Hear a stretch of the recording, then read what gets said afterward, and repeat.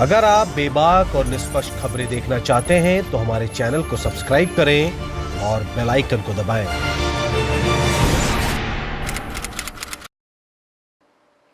नमस्कार, मैं हूं संजय शर्मा और आप देख रहे हैं 4 PM न्यूज नेटवर्क। कानपुर का विकास दुबे कांड तो खत्म हो गया, लेकिन इस कांड से जुड़ी हुई बातें हर 8 दिन बाद या 10 दिन बाद निकल कर आती हैं और सरकार के लिए परेशानी पैदा करती हैं। ताजा मामला शहीद सीओ देवेंद्र के एक और ऑडियो का है। देवेंद्र के ऑडियो बम की तरह फूटते हैं और देखते देखते सरकार के लिए परेशानी का सबब बन जाते हैं। इस ऑडियो में भी वही चहेते अफसर अनंतदेव तिवारी हैं जिनके ऊपर आरोप थे कि कानपुर की तैनाती में उन्होंने करोड़ों रुपया कमाए, अपने साले के जरिए कमाए, जमीन जायदाद बनाई और तमाम अकूत संपत्ति पैदा करी। कानपुर के चर्चित जय वाजपेयी के साथ फोटो वायरल हुए थे, बहुत किरकिरी हुई थी सरकार की। और अब जो सीओ का एक ऑडियो वायरल हो रहा है, वो तत्कालीन सीओ थे देवेंद्र मिश्रा, बड़े बहादुर सीओ थे, विकास दुबे के संग एनकाउंटर में शहीद हो गए थे वो, और उनकी याद में, उनकी स्मृति में बहुत सारे कार्यक्रम किए थे। सरकार ने उनके परिवार को बहुत मदद दी थी। अब जो सीओ जिनसे बात कर रहे हैं उनका नाम है अरविंद कुमार जैन। नाम याद आ गया होगा आपको, डीजीपी थे उत्तर प्रदेश के और सबसे दागदार डीजीपी में से एक रहे थे वो। सपा की सरकार थी और डीजीपी साहब ने एक मामले में लंबी लक्ष्मी जी की कृपा कर ली थी अपने ऊपर और एक अपराधी के पक्ष में लिख दिया था।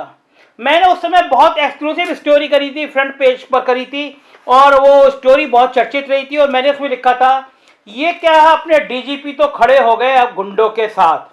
हेडिंग में फिर रिपीट कर रहा हूँ, खास तौर से आज की मीडिया के लिए कर रहा हूँ और उन लोगों के लिए कर रहा हूँ जो ये कहते हैं कि 4 PM बहुत तीखा है। 4 PM शुरू से तीखा था। तो ये पहली खबर थी, उफ ये क्या, अपने डीजीपी तो खड़े हो गए गुंडों के साथ। दूसरी खबर थी, डीजीपी बिकता है बोलो खरीदोगे। मैं फिर आपको हेडिंग याद दिला रहा हूं, डीजीपी बिकता है बोलो खरीदोगे। और ये मैंने इस तथ्य पे लिखी थी कि अगर कोई डीजीपी किसी अपराधी के पक्ष में खबर एक लेटर लिख देता है तो ये बहुत शर्मनाक बात है। डीजीपी साहब बड़े बौखला गए, उन्होंने मेरे लिए भी बड़े डायलॉगबाजी शुरू कर दी और भाव ये था, किसी पत्रकार की इतनी हैसियत क्या कि जो इस तरह की खबर लिख ले। जाहिर है कि अफसरों के मन में ये गलतफहमी रहती है कि कोई पत्रकार खबर लिखेगा तो हम नेस्त नाबूद कर देंगे, जांचें करा देंगे, FIR लिखा देंगे। मगर हम तो हम हैं और 4 PM तो 4 PM है। अगर खबर होगी तो दिखेगी, यही जिद्द है सच की। जैसे ही डीजीपी ने कहा तो उस समय के न्यूज चैनल था, उसने डिबेट रखी, डीजीपी का बयान चलाया, मुझसे पूछा तो मैंने कहा डीजीपी साहब गलतफहमी में मत रहिए, अगर आप डीजीपी हैं, गुंडों के पक्ष में खबर लिखेंगे तो खबर 4 PM में ऐसी ही छपेगी। समाजवादी पार्टी की सरकार थी, डीजीपी साहब बड़े बौखलाए, बड़ी धमकियां, बड़ी कार्रवाइयां।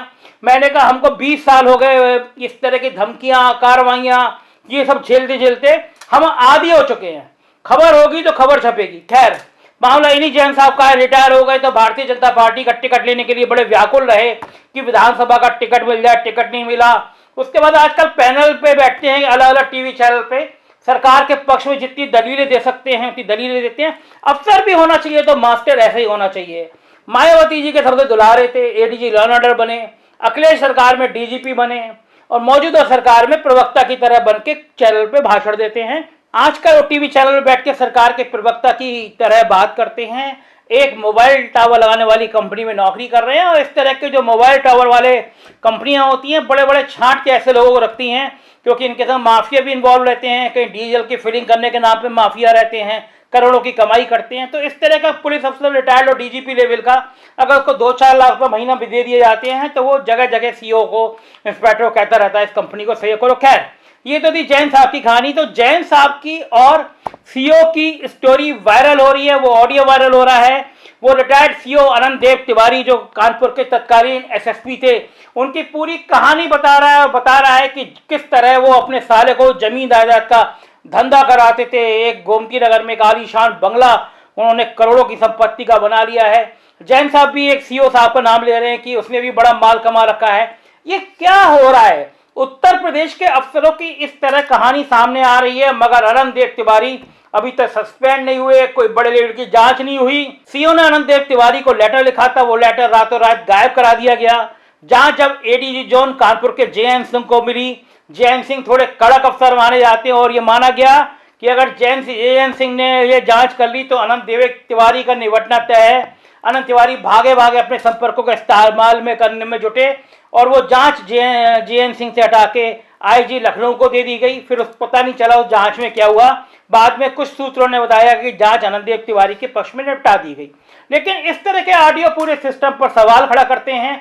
अगर एक अफसर के ऊपर लगातार ऐसी उंगली उठ रही है, जय वाजपेयी के संग उसके फोटो वायरल हो रहे हैं, तो कम से कम सरकार को एक उच्च स्तरीय जांच कमेटी बनानी चाहिए। यूपी के अफसर लगातार दागदार हो रहे हैं, दो आईपीएस फरार हैं, अरविंद सिंह सेन और मणिलाल पाटीदार। पुलिस इनकी तलाश कर रही है गुंडों की तरह।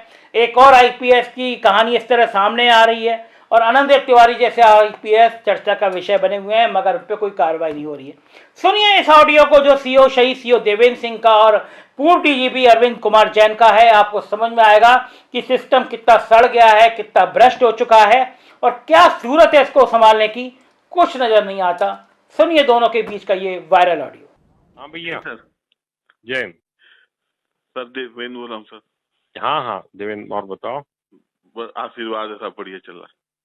ये तो गए नए डीआईजी। हाँ नए एसएसपी बहुत अच्छे हैं। अच्छा सर। हाँ दिनेश भी बहुत ईमानदार है। तो ये तो हम यहीं पड़े रहे, ठीक है। कोरोना से अच्छा है सब देहात, ठीक है।